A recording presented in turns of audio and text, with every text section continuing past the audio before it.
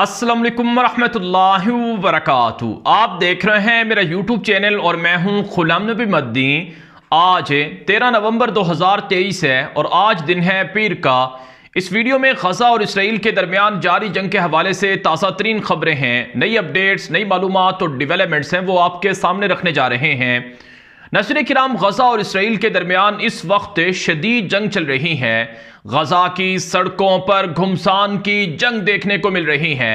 गजा शहर मैदान जंग बना हुआ है। मेरे सामने गजा के मैदान जंग से मौसूल होने वाली ताज़ा तरीन खबरें हैं, ताज़ा तरीन इतलात हैं जो मैं आपके सामने रखने लगा हूं कि कैसे गजा शहर में इस वक्त शदीद लड़ाई चल रही है और कहां कहां पर मुजाहिदीन यहूदी फौज का मुकाबला कर रहे हैं। नाज़रीन किराम, आज का दिन यहूदी फौज के लिए एक और खूनी दिन साबित हुआ है। आज का दिन यहूदी फौज के लिए एक और तबाही और बर्बादी का दिन साबित हुआ है। इसराइली फौजें गजा में निहत्ते मुसलमानों को निशाना बना रही हैं, जबकि मुजाहिदीन के हाथों बुरी तरह से पिट रही हैं और जहन्नम वासिल हो रही हैं। चुनाचे कताइबुल कस्साम मुजाहिदीन, हमास मुजाहिदीन की जानिब से आज के दिन जो बड़ी कार्रवाइयां सामने आई हैं और जो बड़ी कामयाबियां सामने आई हैं, वो मैं आपके सामने रखने लगा हूं, जिससे आपको अंदाजा होगा कि कैसे इसराइली यहूदी फौज का नुकसान गजा में किया जा रहा है। नाज़रीन किराम, कताइबुल कस्साम के तर्जुमान अबू उबैदा ने बताया है कि आज हमने सुबह से लेकर अब तक तकरीबन 12 टैंक यहूदियों के तबाह कर दिए हैं, जिनमें फौजी गाड़ियां भी शामिल हैं। चुनाचे आज सुबह सवेरे गजा शहर के मगरबी इलाके में आने वाली यहूदी गाड़ी नेमर को यासीन 105 मिसाइल से मुकम्मल तौर पर जला दिया गया है। मुजाहिदीन की जानिब से बताया गया कि जब हमारे कमांडर ने वो यासीन 105 मिसाइल को फायर किया तो जैसे ही वो गाड़ी को लगा तो गाड़ी में आग लग गई और धमाके से गाड़ी के टुकड़े टुकड़े हो गए। एक नमिर गाड़ी में तकरीबन 11 यहूदी फौजी सवार होते हैं, 11 या 14। तो बताया जाता है कि 11 यहूदी फौजी मौके पर जिंदा जल गए हैं। यह गजा शहर की आज की सबसे बड़ी कार्रवाई है जो मुजाहिदीन की जानिब से नशर की गई है। इसके अलावा गजा शहर के मगरबी इलाके में मुजाहिदीन ने यासीन 105 मिसाइलों से और एंटी टैंक मिसाइलों से 2 यहूदी टैंकों को उड़ा दिया है। एक और कार्रवाई नशर की गई है कि गजा शहर के शुमाल मगरबी इलाके में 4 यहूदी फौज की गाड़ियां बमा बिल्डोजर यासीन 105 मिसाइलों से तबाह कर दी गई हैं। एक और बड़ी कार्रवाई मुजाहिदीन की जानिब से नशर की गई है कि गजा शहर के जनूबी इलाके में यहूदी टैंक 105 यासीन मिसाइल से तबाह कर दिया गया है। जबकि नाज़रीन किराम, जुनूब गजा के इलाके में यहूदी फौज के ठिकानों पर मार्टर गोले फायर किए गए हैं। जोहरद्दीक के इलाके में जमा होने वाली यहूदी फौज पर भी मार्टर गोलों की बारिश की गई है। इस वक्त गजा का हय्युन नसर इलाका है, जहां पर शारे नसर है, सड़क अन-नसर के नाम से मशहूर है, वहां पर शदीद लड़ाई चल रही है। बताया जा रहा है कि मुजाहिदीन के हमलों में कई यहूदी फौजी जहन्नम वासिल हुए हैं। उनकी लाशें हय्युन नसर, शारे अन-नसर पर पड़ी हुई हैं। जिनको यहूदी उठाने के लिए आए वो भी मुजाहिदीन के घात लगाकर हमलों का निशाना बन गए हैं। अगर यहूदी फौजें गजा के मुसलमानों को शहीद कर रही हैं और उनकी लाशें सड़कों पर पड़ी हैं तो मुजाहिदीन भी ऐसे ही हमला करके बदला ले रहे हैं। दूसरी तरफ नाज़रीन किराम, मेरे सामने एक और बड़ी खबर है गजा शहर से कि जो हॉस्पिटल्स हैं गजा शहर के, उनका मुहासरा किया गया है यहूदी टैंकों की जानिब से। सबसे बड़ा हॉस्पिटल है अशिफा, जिसके चारों तरफ यहूदी टैंक खड़े हुए हैं। मुजाहिदीन भी अशिफा हॉस्पिटल की हिफाजत के लिए यहूदी फौज से मुकाबला कर रहे हैं। जितने हॉस्पिटल्स हैं, जैसे अल-कुद्स हॉस्पिटल है, अशिफा हॉस्पिटल है, अन-नसर हॉस्पिटल है, अल-मामदानी हॉस्पिटल है, अल-इंडोनेशी हॉस्पिटल है, इन तमाम अस्पतालों के आसपास मुजाहिदीन मौजूद हैं और यहूदी फौज को अस्पतालों में दाखिल होने से रोकने की कोशिश कर रहे हैं। इसराइली यहूदी फौज का दावा है कि अस्पतालों के नीचे हमास के ठिकाने हैं, लेकिन हमास से कहता है कि हमारे ठिकाने अस्पतालों के नीचे नहीं हैं। हमारे अस्पतालों में जख्मी मरीज हैं, हमारे अस्पतालों में जख्मी बच्चे हैं, हमारे अस्पतालों में जख्मी औरतें और लड़कियां हैं। क्या हम यहूदियों को इजाजत दे सकते हैं कि वो हमारे अस्पतालों में दरिंदगी करें और दाखिल हों? हम कभी इजाजत नहीं देंगे और हम मुकाबला करेंगे। चुनांचे नाज़रीन किराम, इसी वजह से अस्पतालों के आसपास शदीद लड़ाई चल रही है। मुजाहिदीन ने गजा शहर को बाहिफाजत यहूदी फौज से आज़ाद कराने का ऐलान कर रखा है। मुजाहिदीन की जानिब से कहा गया है कि हम गजा शहर पर मुकम्मल कब्जा होने नहीं देंगे, और बताया जा रहा है अंदरूनी ज़राए की जानिब से कि हमास मुजाहिदीन ने इस्राएली यहूदी फौज को गजा शहर में खुद आने दिए हैं। यानी जाहिर सी बात है उन्हें रोकना मुश्किल था, तो उनके लिए एक स्ट्रेटजी और एक हिकमत अमली अपनाई गई कि पहले उनको गजा की सड़कों पर आने दिया जाए, गजा शहर की सड़कों पर। चुनाचे पहले वो जब गजा शहर की सड़कों पर आए तो मुजाहिदीन ने फिर उनको भून कर रख दिया है। नाज़रीन किराम, गजा की सड़कें यहूदी फौजियों के खून से रंगीन हो गई हैं। गजा की सड़कों पर यहूदी फौजियों की लाशें ही लाशें बिखरी हुई हैं।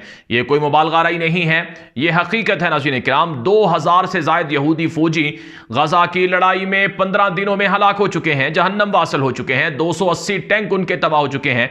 सिर्फ गजा की 15 रोजा लड़ाई में नाज़रीन किराम 190 इस्राएली यहूदी टैंक अब तक तबाह किए गए हैं। मुजाहिदीन की जानिब से अपने मुल्क और अपने वतन और अपने लोगों के दिफा के लिए लड़ाई लड़ी जा रही है।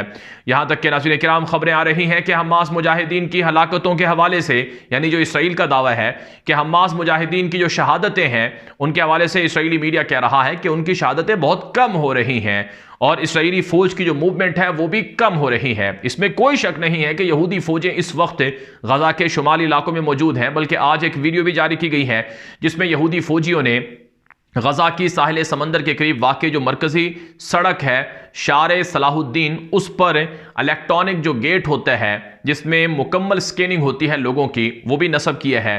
गजा के शुमाली इलाकों से लोग जो यहूदी फौज का कंट्रोल है वहां से वो हिजरत कर रहे हैं, वहां से लोग निकल रहे हैं। तो यहूदी फौजें तमाम लोगों का डेटा महफूज कर रही हैं, उनकी स्कैनिंग कर रही हैं। तो ये वीडियो भी यहूदी फौज की जानिब से जारी की गई है जिसमें देखा जा सकता है कि एक गेट लगा हुआ है, उससे लोग गुजर रहे हैं और कैमरा लगा हुआ है और टैंक खड़े हुए हैं।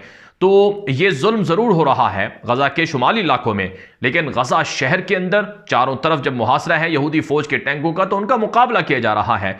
और खान यूनस का जो इलाका है, आज हमने देखा कि खान यूनस गजा का जो जुनूबी इलाका है, यहाँ पर शदीद बमबारी इसराइली यहूदी फौज ने की है और मुखय्यम जबालिया में बमबारी की है। आज गजा के मुख्तलिफ इलाकों में जो इसराइली यहूदी फौज की बमबारी है उसके नतीजे में तकरीबन नाज़रीन किराम 250 मुसलमान शहीद और जख्मी हो चुके हैं। गजा के अशिफा हॉस्पिटल में ऑक्सीजन नहीं है, बच्चे जाँ बहक हो रहे हैं, मरीज ऑक्सीजन ना मिलने की वजह से जाने दे रहे हैं। और इसके अलावा जो लोग बमबारी के नतीजे में जख्मी हो रहे हैं उनको अस्पतालों में पहुंचाने की इजाज़त नहीं मिल रही है क्योंकि सड़कों पर यहूदी फौज के टैंक खड़े हुए हैं। तो इसलिए बहुत ज़्यादा परेशानी है गजा के लोगों को। और हस्पताल आप जानते हैं अद्वियात नहीं है, फ्यूल नहीं है, इलेक्ट्रिसिटी नहीं है, मशीनें बंद हो गई हैं, मुनासिब रास्ते नहीं हैं। सिर्फ 7 एम्बुलेंस बची हैं जो गजा के लोगों की हिफाजत कर उसके लिए मुंतकिली के लिए। तो ये जुल्म और दरिंदगी गजा पर चल रही है। दूसरी तरफ से मुजाहिदीन अपने मुसलमानों के कत्ल का बदला ले रहे हैं और यहूदी फौज के साथ मुकाबला कर रहे हैं। ये मेरे सामने अभी एक और ताज़ा तरीन खबर आई है। अबू बैदा जो कताइबुल कस्साम के तर्जुमान हैं उनकी जानिब से एक खबर भेजी गई है।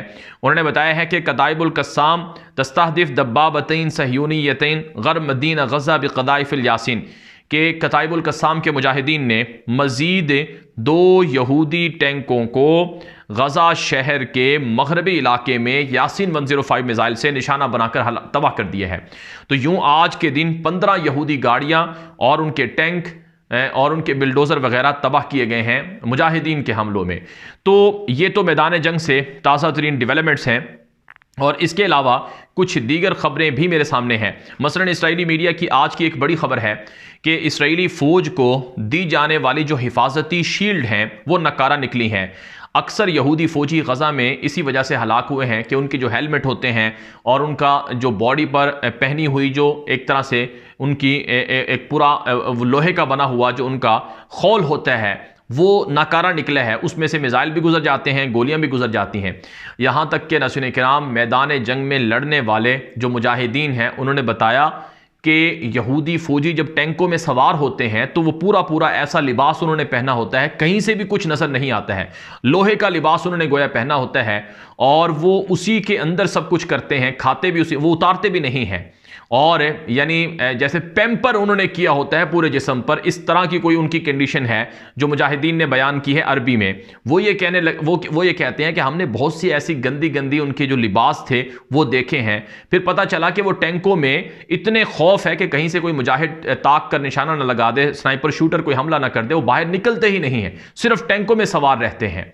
और जहां पर यहूदी फौजियों ने ये जो तस्वीरें बनाई हैं कि हम फलां जगह पर बैठे हुए हैं, हम घूम फिर रहे हैं, वहां पर सैकड़ों जहाज मुसलसल उनके आसपास हिसार में होते हैं, एयर डिफेंस सिस्टम लगे होते हैं, इतनी फुल आप कहते हैं कि फुल प्रूफ जो सिक्योरिटी होती है उसके अंदर वो खड़े होते हैं। तो वहां पर उनकी तस्वीरें बनती हैं। जो एक और मेरे सामने जो खबर सामने आ रही है वो ये है नाज़रीन किराम कि इस्राएली यहूदी फौजें जो गजा के अंदर हैं, वो गजा के जो सुकूल हैं उनमें उन्होंने छावनियां बना ली हैं। जी हां, इस्राएली यहूदी फौजियों ने गजा के सुकूलों में ठिकाने बना लिए हैं। अब आप तसव्वुर करें, जो अक़वाम मुत्तहिदा के तहत जो सुकूल हैं, अक़वाम मुत्तहिदा के तहत पनाह गुज़ीनी के जो कैंप है, जैसे कि ओनरा है वहाँ पर एक इदारा, वहाँ उसके तहत जो लोग पनाह लेते हैं उन पर बमबारी कर रहे हैं, और जो सुकूल खाली हैं उनमें यहूदी फौजियों ने खुद कंट्रोल ले लिए हैं, लोगों के घरों में उन्होंने पनाह ली हुई है। तो ये तो गजा की अंदर की सूरत हाल है। बहरहाल ये लड़ाई चल रही है, 15वां दिन आज चल रहा है और ख़त्म होने वाला है। और आज 15 दिनों में यहूदी फौज को कोई बड़ी कामयाबी नहीं मिली है। यानी उनके तीन बड़े हदफ थे। नंबर 1, हमास मुजाहिदीन के कमांडर्स को गिरफ्तार करना, उनकी सुरंगों को पकड़ना, अभी तक ये हदफ हासिल नहीं हुआ है। नंबर 2, अपने यहूदी कैदियों को आज़ाद करवाना, यह हासिल नहीं हुआ। नंबर 3, पूरे गजा को कंट्रोल कर लेना और मुकम्मल तौर पर यहूदी इलाका बना देना। ये तीनों हदफ उनके हासिल नहीं हुए हैं। और हमास मुजाहिदीन की अभी सिर्फ 33% जो फौज है वो लड़ रही है। अभी तो जेर ज़मीन बहुत से फौजी हैं, कमांडोज हैं, वो सब अभी नहीं निकले हैं। वो वक्त के साथ साथ जो स्ट्रेटेजी और हिकमत अमली के साथ साथ निकलेंगे और लड़ाई करेंगे। बहरहाल अज़ीज़, अब मैं आपके सामने कुछ दीगर खबरें रखने लगा हूं। आज की जो सबसे बड़ी खबर इस वक्त मेरे सामने है वो ये है नाज़रीन किराम के लबनान और इसराइल के दरमियान हालात बहुत ख़राब हो गए हैं। आज की बड़ी खबर मेरे सामने है अबरानी मीडिया से कि इसराइल ने बड़ी तादाद में यहूदी फौज लबनान के बॉर्डर पर भेज दी है। रिपोर्ट सामने आ रही हैं कि लबनान की हुदूद पर तकरीबन 50,000 से ज़ायद यहूदी फौज भेजी गई है और उनके साथ जदीद असलहा, टैंक के तोपें, हेलीकॉप्टर्स, जहाज, सब कुछ, गोला बारूद है, वो भेजा गया है लबनान की हुदूद पर। और लबनान की हुदूद पर हालात बहुत ज़्यादा ख़राब हैं। वक्फे वक्फे से लबनान की हुदूद से हिजबुल्लाह और कताइबुल कस्साम मिलकर इसराइली इलाकों पर हमले कर रहे हैं। बताया जाता है कि कल सिर्फ 50 यहूदी हलाक और ज़ख्मी हुए थे लबनान से दाखिल गए कताइबुल कस्साम के मिज़ाइलों से और हिजबुल्लाह के मिज़ाइलों से। और आज की मेरे सामने खबरें हैं कि आज भी सुबह सवेरे से जो मिज़ाइल हमले हुए हैं, एंटी टैंक मिज़ाइलों का इस्तेमाल हुआ है, उसमें कम से कम 20 यहूदी हलाक और ज़ख्मी हुए हैं। और मुसलसल इसराइली जो फ़ौजें हैं, जंगी जहाज़ हैं, टैंक हैं, वो मुसलसल बमबारी कर रहे हैं लबनानी हुदूद में। तो लबनान के साथ इसराइल की जो लड़ाई है वो एक नई लड़ाई बन चुकी है और हालात 8 अक्टूबर के बाद से पहली मर्तबा शदीद ख़राब हो चुके हैं। रिपोर्ट सामने आ रही हैं कि लबनान की हुदूद में जो सहाफ़ी हैं, सहाफ़ियों पर भी यहूदी फ़ौजें जानबूझकर मार्टर गोले फायर कर रही हैं। 8 अक्टूबर के बाद हमने देखा था कि कई सहाफ़ी इसराइली बमबारी का निशाना बने थे, जिसमें से 2 सहाफ़ी तो मौके पर जाँ भाग हो गए थे और कई ज़ख्मी हो गए थे लबनान की हुदूद में। और आज एक मरतबा फिर लबनान की हुदूद में सहाफ़ियों पर हमले किए जा रहे हैं। तो ये इसराइल की दरिंदगी है। अगर इसराइल लबनान के साथ बड़ी जंग करता है तो इसका मतलब ये होगा कि ईरान को फिर ये जंग लड़ना होगी, क्योंकि ईरान वो लबनान के हिजबुल्लाह तंजीम को सपोर्ट करता है। फिर लबनान पर फ्रांस का भी किसी न किसी तरह से कंट्रोल है, क्योंकि ईसाई रहते हैं लबनान में, मुसलमान भी हैं, ईसाई भी हैं। तो और फ्रांस का कब्ज़ा रहा है लबनान पर। लबनान के जो ईसाई हैं वो फ्रांस को फॉलो करते हैं। तो यूं नाज़रीन किराम, ये जो लड़ाई है ये वर्ल्ड वॉर 3 की तरफ जा रही है, यानी मज़ीद मुल्क इस लड़ाई में अब शामिल होने जा रहे हैं। नाज़रीन किराम, ये जो गज़ा की लड़ाई है ये कोई मामूली लड़ाई नहीं है। आप जानते हैं ये हक़ और बातिल की जंग है मुसलमानों के नज़दीक। मुसलमान कहते हैं कि ये सरज़मीनें मुक़द्दस हैं, ये हमारी हैं। अल्लाह रब्बुल इज़्ज़त ने कुरान पाक में जो इरशाद फरमाया है कि ये बाबरकत सरज़मीनें हैं। चुनांचे अगर आप 15वां पारा पढ़ेंगे तो आपको कुरान पाक की आयत मिलेगी, सुब्हानल्लज़ी अस्रा बिअब्दिही लैलन मिनल मस्जिदिल हराम इलल मस्जिदिल अक़सल्लज़ी बारकना हौलहू लिनुरियहू मिन आयातिना, कि अल्लाह ताला ने रसूल अकरम सल्लल्लाहु अलैहि वसल्लम को मक्का मुकरमा से जो मेराज यानी अपना आसमान का जो मेराज का सफ़र पेश आया, तो उसमें मस्जिदुल हराम से मक्का मुकरमा से मस्जिद अक्सा तक का जो सफ़र था वो तय करवाया गया। और अल्लाह ताला ने इरशाद फरमाया कुरान पाक में, ये कलामुल्लाह है कि जो मस्जिद अक्सा है और उसके आसपास की जो सरज़मीनें हैं ये मुक़द्दस सरज़मीनें हैं। एक हदीस पाक में अस्क़लान का और गज़ा का ख़ास तौर पर जिक्र आता है। अस्क़लान ये गज़ा के बहुत करीब वाक़ है, तकरीबन 40 किलोमीटर या 30 किलोमीटर का फासला है। माजी अगर हम तारीख़ में जाएँ तो कहा जाता है कि गज़ा जो है ये अस्क़लान के मातहत होता था। तो बहुत से बड़े बड़े मुहद्दिसीन भी अस्क़लान के गुज़रे हैं। अल्लामा इब्न हजर अस्क़लानी बड़े मशहूर हैं, जो बुखारी के शारे भी हैं, बुखारी के बहुत बड़े मुहद्दिस हैं। तो इसके अलावा भी जो अस्क़लान और गज़ा है इसके हवाले से बहुत सी अहादीस हैं। रसूल अकरम सल्लल्लाहु अलैहि वसल्लम के जो जद्द अमजद थे उनके बारे में भी कहा जाता है कि वो गज़ा में ही वो फोत हुए थे। उनकी बाकायदा कब्र भी है मस्जिद हाशिम के नाम से, वहाँ एक मस्जिद भी बनी हुई है, आज भी गज़ा के लोग उसको जानते हैं। तो यहाँ के लोगों को आप सल्लल्लाहु अलैहि वसल्लम की हदीस में बेहतरीन जंग करने वाले लोगों को लोग करार दिए गए थे। तो ये बड़ी मुक़द्दस सरज़मीन है, ये हक़ व बातिल की जंग है, ये कोई मामूली लड़ाई नहीं है। नाज़रीन किराम, इस वक्त जो मुसलमान हैं पूरी दुनिया में वो फ़लस्तीन के साथ खड़े हो गए हैं। इराक़ की जंग हुई, अफ़गानिस्तान की जंग हुई, बर्मा में मुसलमानों को कत्ल किया गया और कश्मीर में मुसलमानों के साथ जुल्म हुआ। जहाँ जहाँ भी मुसलमानों के साथ जुल्म हुआ उतने लोग उस जज्बे से शायद नहीं उठे जितने के फ़लस्तीन और गज़ा के हवाले से मुसलमान उठे हुए हैं। आज पूरी दुनिया में प्रोटेस्ट हो रहा है। मेरे सामने आज की खबर है, आप हमारा एक्स अकाउंट फॉलो करें, ट्विटर अकाउंट फॉलो करें, वहाँ पर वीडियोस भी लगाते हैं, खबरें भी लगाते हैं कि यूरोपीय यूनियन की जो पार्लियामेंट है वहाँ पर लोग प्रोटेस्ट कर रहे हैं। और ऑस्ट्रेलिया में हमने देखा कि गैर मुस्लिम हैं वो इसराइल की हिमायत करने वालों के झंडे नोच रहे हैं। और इसके अलावा बरतानिया में आज जितनी उखाड़ पिछाड़ हुई है, बरतानिया की हुकूमत लरस गई है क्योंकि हफ्ते को वहाँ पर कोई 5 लाख से ज़्यादा लोगों ने प्रोटेस्ट किया था लंदन की सड़कों पर। बताया जाता है कि पूरी दुनिया इस वक्त लरस चुकी है। जो लोग भी इसराइल की हिमायत कर रहे हैं वो दुनिया की नज़रों में दहशतगर्द और दरिंदे हैं। पहले ये होता था कि अमेरिका, यूरोप, बरतानिया जिसको दहशतगर्द, इस्लाम को, अब हमास को दहशतगर्द करार दिया गया है। क्या दुनिया ने अभी तक हमास को दहशतगर्द माना है? दुनिया का हर शख्स ये कहता है कि हमास दहशतगर्द नहीं है। दहशतगर्द इसराइल है जिसने 7,000 बच्चे और 4,000 औरतें शहीद कर दी हैं, 45,000 लोगों को शहीद और जख्मी कर दिए हैं और 3 एटम बम गजा पर गिरा दिए हैं। अब तक कितना बारूद गिराया है। तो पूरी दुनिया में इसराइल एक्सपोज हो चुका है, इसराइल बदनाम हो चुका है। तो मामलात कुछ यूं हैं कि अब इस लड़ाई में मजीद ममालिक शामिल हो रहे हैं। अमेरिका, बरतानिया और जर्मनी और इसराइल और उनके हवारी ये एक तरफ हैं। फिर यूरोपियन ममालिक में दूसरा ग्रोह है जो अपनी ही हुकूमत के खिलाफ, जो बाइडन के घर के बाहर प्रोटेस्ट होता है कि जो बाइडन इसराइल की हिमायत बंद करो, असलाह देना बंद करो। अमेरिका के अखबारात और मीडिया ये लिख रहा है, बता रहा है कि जो बाइडन इस जंग की वजह से अगला इलेक्शन नहीं जीत सकेगा। जो बाइडन 2024 नवंबर में जो इलेक्शन अमेरिका में हो रहा है वो हार जाएगा इस लड़ाई की वजह से। और यही नहीं, बरतानिया का वजीर आजम ऋषि सुनाक अपनी कुर्सी से महरूम हो जाएगा, उसकी हुकूमत गिर जाएगी। और इसी तरह से जर्मनी का जो चांसलर है ओलफ शुल्ज, उसकी जमात हार जाएगी। और इसके अलावा जो कनाडा का जो वजीर आजम जस्टिन ट्रूडो है, इतना पॉपुलर है लेकिन इस जंग की वजह से चूंकि वो हिमायत कर रहा है उसकी हुकूमत गिर जाएगी। पहले ही रशिया यूक्रेन की वॉर के जो क्राइसिस थे उससे यूरोप नहीं निकल पा रहा था कि अब एक नई लड़ाई में शामिल हो गया है। तो जहां मगरबी ममालिक में एक बहुत बड़ी हलचल है, वहीं नाज़रीन किराम मुस्लिम ममालिक भी अब वो कंट्रोल से बाहर हो चुके हैं। यमन बराह रास्त हमले कर रहा है, लबनान हमले कर रहा है, शाम हमला कर रहा है, शाम की सरजमीन से हमले हो रहे हैं, इराक की सरजमीन से हमले हो रहे हैं। तुर्की में तुर्की के सदर तैयब उर्दवान से डिमांड की जा रही है कि फौरी तौर पर अपनी फौजें इस जंग में उतारो। उर्दगान डिप्लोमेटिकली इस जंग के मामलात को देख रहे हैं, लेकिन मामलात अगर हल नहीं हुए तो हालात बहुत ख़राब हो जाएंगे। जो ईरान के सदर हैं इब्राहिम रईसी, उन्होंने विजिट करना है इसी हफ्ते तुर्की का। तो तुर्की ईरान के साथ और बाकी ममालिक के साथ मिलकर बहुत कुछ करने जा रहा है, यानी पसे पर्दा इस तरह की चीज़ें देखने को मिल रही हैं।